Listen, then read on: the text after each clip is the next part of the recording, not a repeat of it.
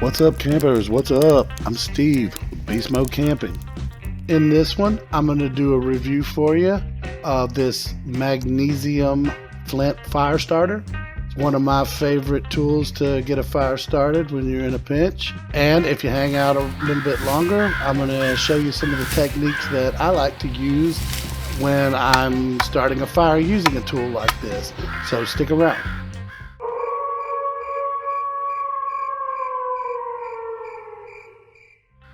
So this is what most people will refer to as a magnesium flint. Now it's basically the same as any other flint. The main difference is that it's attached to this bar, and the bar is made of magnesium. So magnesium is used to help sort of enhance your spark when starting a fire. So when using the magnesium flint, what you do is you scrape off or shave off some of this magnesium, and if you scrape it or shave it, it will literally come right off of the bar, and you can create a little sort of pile of this magnesium shavings. And then when you're ready to start the fire, you can put those in or near your tinder, and when you strike the flint part, which is this black rod right here, it's basically a flint rod or a ferro rod or whatever you want to call it. That's where you get your spark from. When that spark hits the magnesium, then the magnesium will ignite and start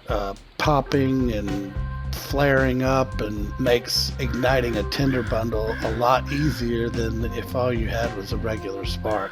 It also comes with this striking tool. It's attached with this little chain. The striking tool doubles as a bottle opener, and it's got a little ruler on it. The convex head of it can be good for sparking. It's also like a hex wrench if you need it in some situations like that. But also you can use the straight edge of it as just a straight edge sparker.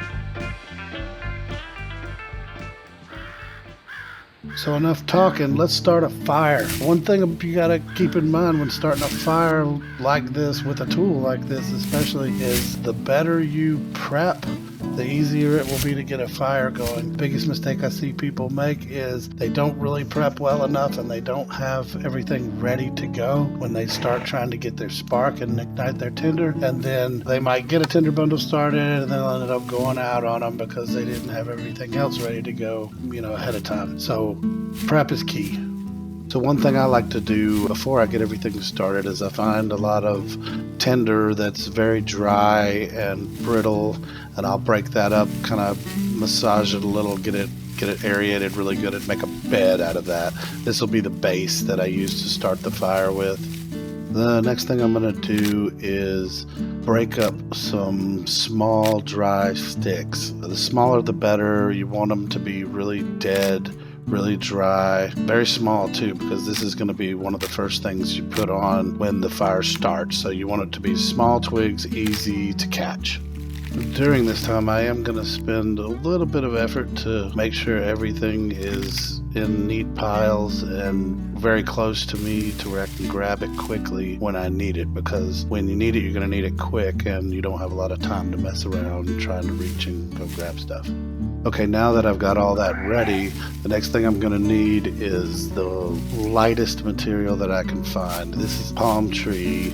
I mean, you can see the dust coming off of this when I pull it off. It's almost like a hair-like fiber, and it's just very dry, dead. You pull this stuff off and it just kind of clings together like hair. You could also use leaves or long dead grass or anything dry. What you're trying to create is like a bird's nest. I like to call it a bird's nest because that's the best shape and consistency that you want to put things together in, to where it will catch very easily and catch a spark as easily as possible. Now that we've got all that together, it's time to get down to the business with our magnesium.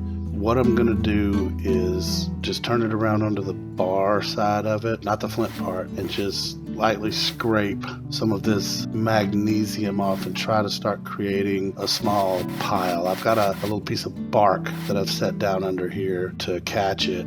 So, once I get some in there, I'm just going to take that and dump it into my bird's nest right where I want it, and just try to get close concentration so that when you do hit it with a spark, it'll help to light things up.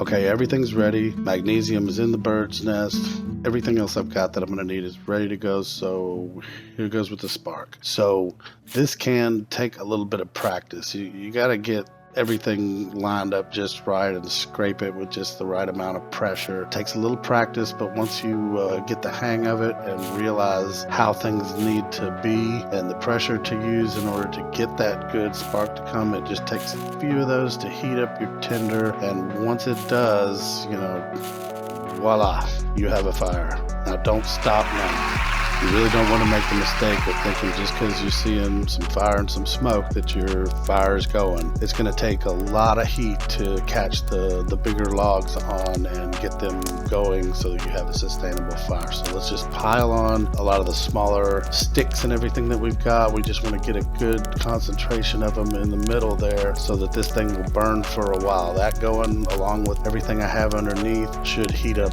really, really hot and burn just long enough to where it will catch the bigger logs on fire. As it gets going, I'm going to go ahead and set some of those larger logs on top, and they may not burn right away, but you will be heating those up. Whoops.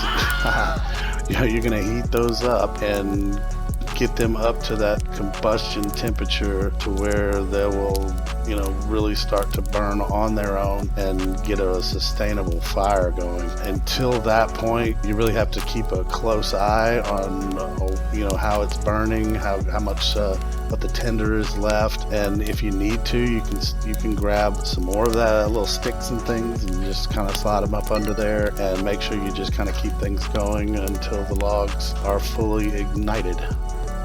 Now you can pick these up on Amazon.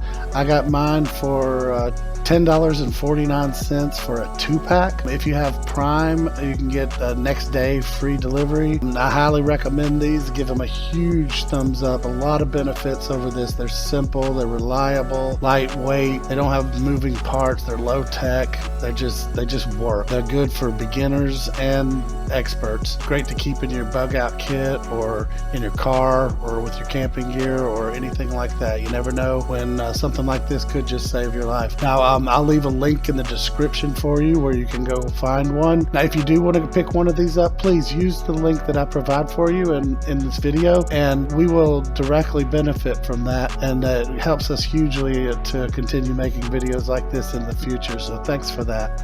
And so there you have it. That's just how I would go about starting a fire. There are some other techniques that you can use, little variations on how to get things going. Hey, if you've got some other ideas or some better ways that maybe I missed or forgot to mention, leave us a comment. I'd love to hear all your great ideas. There's so many ways to go about doing this. The more ways you know to do it, the better, because depending on your situation, every technique may not work.